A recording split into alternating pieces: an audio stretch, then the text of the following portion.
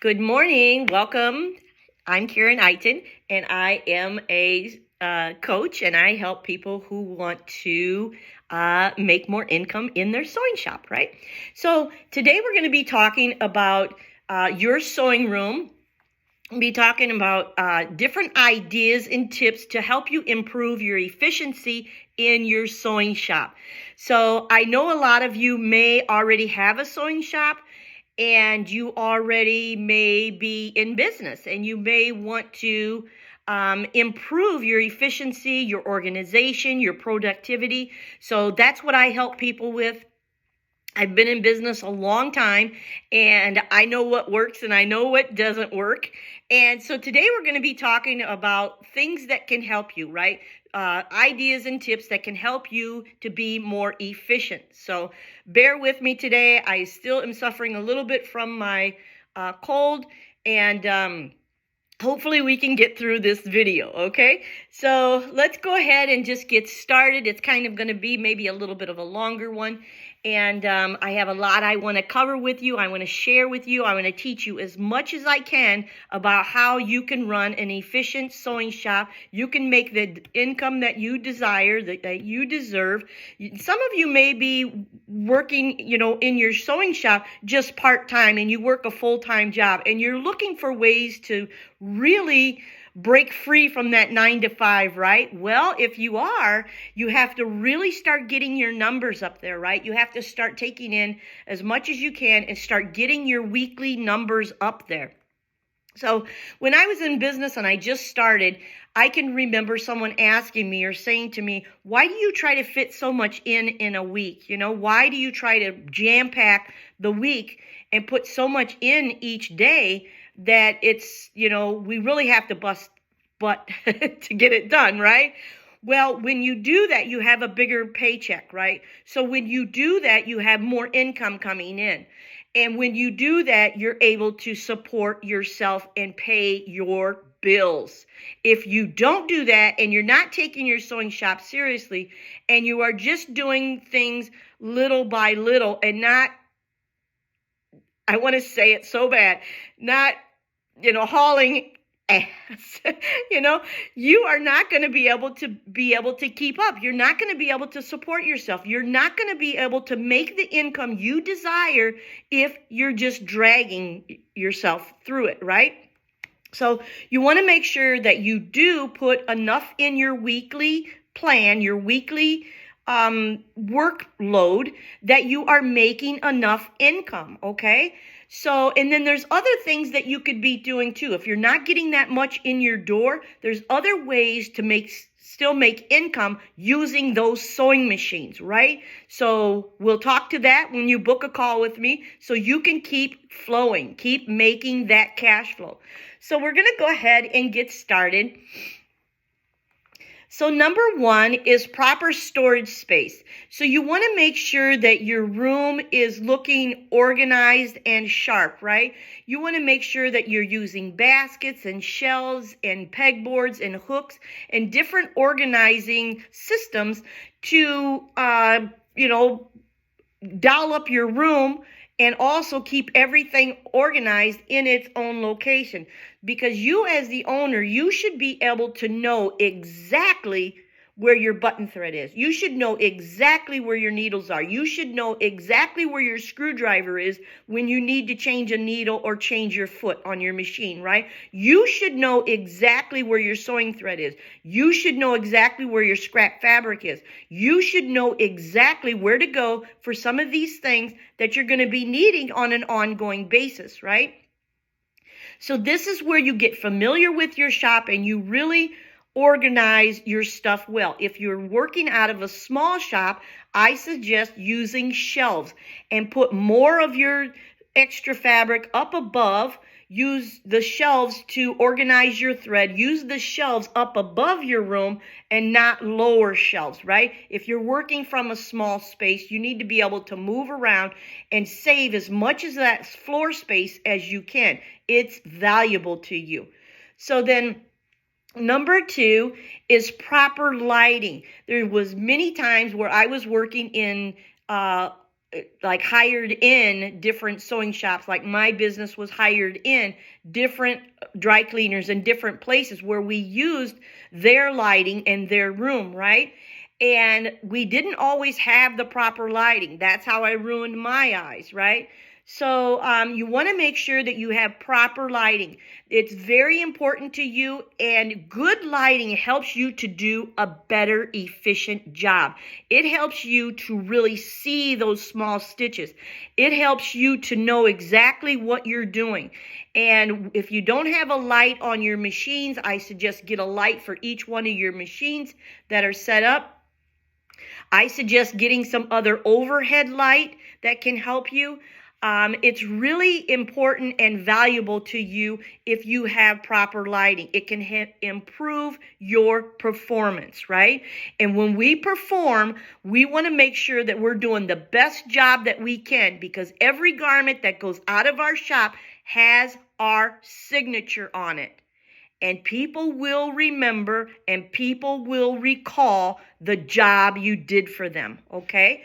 So then number 3 is to divide your sewing thread.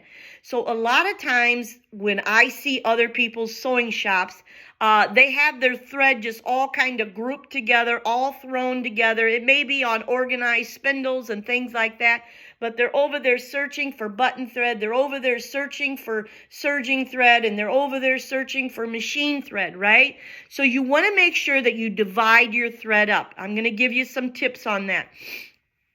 What I do and what I like to do and have always done is I took a piece of 2x2, I spaced out the nails, I put nails in it, and I screwed it to the side of my machine.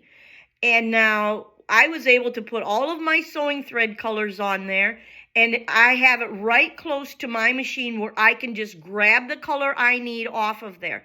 So it works. It's cheap, it's inexpensive, and you won't just find something like that at the fabric store or an organized shop.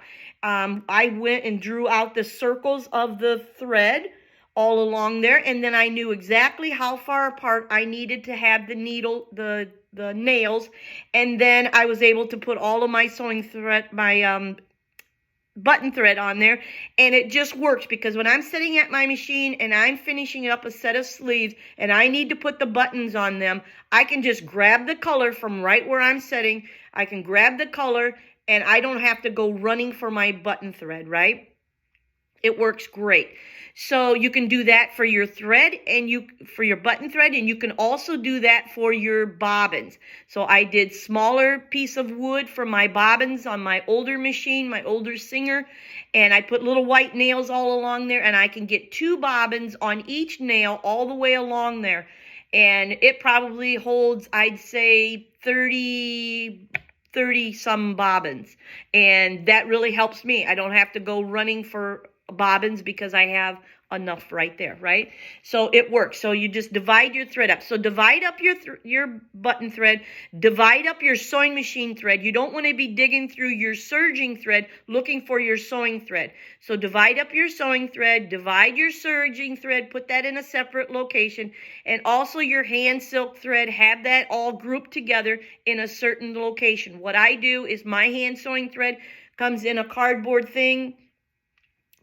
carton. I break off the end of it, cut the end of it, and I have sewing thread, hand silk sewing thread of different colors. At the top of it, it has a little ring, and I group all those with a cord, and I tie them all together, and I have those with my thread. I usually have it hanging by my sewing machine, but I just haven't put it on the wall yet, because I'm still kind of feeling out my sewing shop. Like I have my cutting table in the middle of my sewing shop, which I don't really like because it takes up too much room, and I'm considering moving it towards the front. Because when people come with bags of things or different garments, sometimes they like to lay things out, and that way when I don't have a thing that I'm cutting out or anything, or using it, that way they can use it to kind of plop their stuff down on it and show me what they have. So I'm going to be moving that more to the front of my shop so they can use it, I can use it. It just worked out better last time when I had it like that. So I'm going to do that and then move my machine, a little bit more into my sewing area, back a little bit. So I think that's going to work out much better for me. And then I can get around to my other two closets easier, because right now I feel like it's just a little bit, I can do it, but it's just a little bit tight. And when I get wedding dresses in here, it feels even tighter, right? So I'm going to try to make it work a little bit better. So that's why I haven't put my silk on my silk hand thread by my sewing machine on the wall or anything, because I don't want to ruin the wall by putting it there when I may be moving my machine, because I just wanted to get a feel of the layout and see if I still like it. And I'm going to be moving it around again, so when I get some help. So anyway, enough of that. But anyway, so let's go on. So you want to make sure that you divide your thread, okay? So number 4 is once a week, wipe off your machines. Make sure that you're wiping down your machines in case there's any ink, there's any oil, there's any, dust, because dust on white will show, right? So you want to make sure once a week that you're wiping down your shop, you're wiping down your pressing area, your pressing boards, you're wiping down your machines, your cutting table, and all of that, And what I like to use is I use I use water, and then I use a little bit of alcohol, and then I use mint oil. So mint oil helps to keep bugs away. It helps to freshen up your space. I like it. Mint is one of my favorite smells, and also sometimes I'll even add a little bit of eucalyptus with it. Eucalyptus and mint. I really love those two smells together, especially in soap and different things. So I like that. And mint also helps to keep, spiders away and things like that. And we're on a slab foundation here at my shop. And sometimes by my front door, I can see, like in the corners, if I don't get to it, in a week or whatever, I can see a little spider web. I may see a little spider, and that's the last thing I want, is at my front door is someone to come in and to see a spider or something like that. So I try to spray all my corners with it. I spray my baseboard with it, and it's just a really great way to keep spiders or ants or anything like that at bay. And that's what we want to do, right? We want to make it smell fresh. We want it to smell inviting, but we also want to keep the dust down, and we also want to keep any little critters down that may sneak in, right? So we want to do that. So then number 5 is to make sure that you like the colors of the space that you're working in. Make sure that you like your sewing shop, right? Make sure that it is colors that make you feel comfortable in there. It's colors that attract who it is you're bringing in. My shop is a little bit of gold, and it has a little bit of pink, like in my carpets and my chairs and things like that, because I'm attracting more bridal, more women, more prom dresses, more bridesmaid dresses, mother of the bride, things like that, right? So my shop kind of resembles that, right? That feeling of bringing in women, right? Even though I still get men in with suits and things like that, they don't seem to mind, right? They're in and out of here so fast, and they don't seem to mind. So it's worked out well for me, right? And I've been getting good rapport on people who have been referring me, different businesses that refer me, and the customer goes back and tells them that, yes, her shop was clean, her shop was orderly, her shop was nice, she did a good job. So I'm getting good rapport on that after I've started back up again, right? So, and that's what you want, right? And you also want those contacts of other businesses that can help you promote your business and you promote their business. It's just a nice thing to do. So then, let's see, number 6, sorry, I thought I missed something. Number 6, organize patterns and supplies by grouping them together. So sometimes if you have a lot of patterns, like I have my patterns in a big, huge tub, my commercial patterns, and then the patterns that I make, I usually organize those on hangers. So I'll file those in another closet where I'll, flip the pattern, have the pattern pressed, flip it over, the hanger and then pin it so it stays on the hanger, and then I will file those away and then mark and label what pattern that is. Like if it's for a purse, if it's for, a dress, if it's for a vest, whatever it is, right? So I'll make my own patterns and then I'll file those. So file your patterns away. Don't just have them all laying out, all clutter bugged looking, right? Make sure that you do some sort of a system that is good for you, that's best for you. And then, let's see. Okay, I said that. Okay, number 7 is use furniture and sewing storage that best suits your room space, right? So a lot of times they're making these really awesome sewing cabinets and sewing cutting tables and different things, organizational things for crafts and sewing and stuff. And a lot of those things kind of break down, right? So you can, use them and then, fold them back up and put them away. So if you have a small space, you want to maybe consider something like that, maybe a sewing machine, table that breaks down, or a cutting table that breaks down, things like that. If you're really working with a small space, you can, do something like that. You can probably find them like, online or whatever, IKEA or maybe even Amazon. I don't know, different places, but I've seen quite a few of them online that they will break down. So it's pretty nice, especially if you're using, a small room. And then use storage shelves and things up above the sewing machines and things to save space. So that even helps you if you're dealing with a small room to really have everything up, like I said, have it up on shelves that can help you, savor your room space. And then number 8 is have comfortable chairs. For a long time, I didn't have comfortable chairs at one of my shops, and now I do. And but it's a pain when you don't have chairs that kind of are on that are on rollers. I really found that the best for myself. Some people like a stationary chair. Maybe you're just starting to learn to sew, or you're just getting started and you like your chair to be stationary. You feel more secure that way. I like mine on wheels because I like to roll. I like to, be able to, roll next to me to get my thread that I need. I like to roll, right now I can be at my sewing machine, my Juki, and then I can turn my chair and then I can pull up just a little bit and I can be at my cutting table. So if I'm working on something, I can just roll and be at my cutting table and lay out the garment I'm working on, cut, trim, whatever. I like it, but so I just like the chairs that are on wheels. It just seems more efficient for me, and I've been doing this a long time, and that's what works for me, right? So you want to, think about that. So then at number 9, well, no, this isn't 9. Let's see. Yeah. Oh, it's still talking about the chairs. Sorry. So make sure your chairs is on wheels and has good back support. So this really helps. And also you want to make sure that your chair is not only has good back support, like my chair, you can kind of see it here. I have this mesh and I have back support. Like I can scoot all the way back in this chair and I have really good back support, right? So you want to make sure that you have good back support if you're sitting in your chair a lot. And also you want to make sure that the seat is wide enough. Like I have 2 little pink chairs that are on rollers, and I bought these and they were kind of inexpensive, right?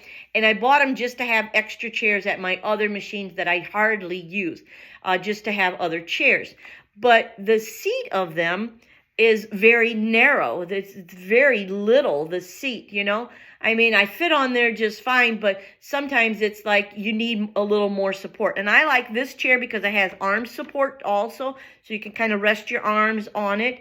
And it's, this is more comfortable, than sitting in one of those chairs. It doesn't have arm support. And I wish that I did. So I'll probably end up replacing those chairs.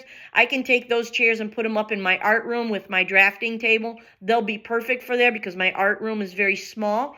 And then I'll probably get 2 more black chairs like this with the arm support and on wheels, and it will work much better. It's just that this chair is a little bit bulky, but once I move my machines around a little bit like I want to, I think it'll be just fine to have a little bit larger chairs in here. But it's very important when you're sitting in here and you're sewing all day. I can remember when I just started back. So I ran my sewing my alteration shops for 25 years. I took 4 years off to write. So I wrote a couple published books and things like that. And I'm still writing. I love to write. And also, when I took the time off and then I came back to starting my shop again, because I missed my clients. I missed that every day having people at the door. I missed the sewing part of it. I missed making the income, making the cash income, right? I love supporting myself, right? It was being self-sufficient and making that cash income, going to the bank, making your bank deposits, things like that can make you feel so worthy, right? So you want to make sure that when you get back into your shop, like when I got back to sewing, I could only sew and sit in my chair and sew for probably about 2 hours at a time. My back would hurt so much from sitting at my sewing machine. And it took me a while to be able to sit in here all day and to be able to sew all day. I still get a little bit of back pain. But so that's the reason why chairs are very important. And you want to make sure that you have something that's comfortable, that you're not getting backaches from. So it's still, I'm still working through that where I can work here, I can do like an 8-hour day, but 10 hours and 11 hours like I used to, I don't know if I could do that many hours. I have to take breaks. I have to get up and walk around. And it's best that you get up and walk around too. So I'll work for like 4 hours and then I'll take my lunch and take my break and walk around and do some other things that I want to do in the home. I'll talk to clients or have phone calls with other potential clients and things like that. And maybe I'll throw in a load of laundry and maybe I'll throw things in the dishwasher, things like this that I can do and let those machines work for me while I'm working, right? I love doing that. And by the end of the day, you have your laundry done and, you have your dishes washed and you didn't do a whole lot to even do it, right? So I love working from home. And that's one way that, that you could do it too, right? It works for me. It works. You can bring in a lot of income by, knowing the things to do, knowing the prices to charge, really knowing how to set yourself up, right? For that cash flow and that income to come in. So I'd love to work with anyone out there who is interested in making more revenue in their shops, who is maybe interested in making enough revenue so they can quit their full-time job and what all is involved, right? And I'd love for you to reach out to me. You can book a call with me in the description below. I'd love to help you and work with you. I have a program that runs about 5 months and we go through every single thing about your shop, single thing about your prices, everything about, your shop's performance. So you are able to make the income you desire, right? And I'd love for you to reach out to me and let's get something started. Let's get your numbers back up there. Now is a really good time this fall to start your course, to start a course to where you can start bringing in the revenue that you deserve. And if you feel like your shop is not bringing in enough sewing revenue, there's other ways that you can still sew and bring in revenue. And I'd love to talk to you about it. And you can go ahead and book the call with me in the descriptions. I'll also put a link to my tailoring book in the descriptions below. It is a really nice book to have around because if you're just getting started and wanting to learn alterations, you can go there and complete the task and do the task. My book cuts out a lot of the garble, right? It gets right straight to the task so you're able to learn the task faster and to make money right away, right? I've had some good reviews on my book, and most of the people that have emailed me about my book, they have learned something in the first few pages, and they have been sewing for years, right? So I know it's a good book. I know that it will help you, and it will get you to be able to start earning the income you deserve, all from the comfort of your own home. So thank you so much for watching this video. Again, my name was Karen, and I would love to help you increase your sales in your sewing shop. So reach out to me, because I don't know if you're interested if you don't reach out. So please make a comment below, DM me, private message me, and I will surely get back to you. And I'd love to speak with you and talk to you about your sewing shop and how we can get you to start making the income that you desire. Thanks so much for watching my video. I love you guys. I pray for everyone that is my followers and is always, coming back to my channel for more information. And I will talk to you all real soon. Thank you so much. Bye-bye.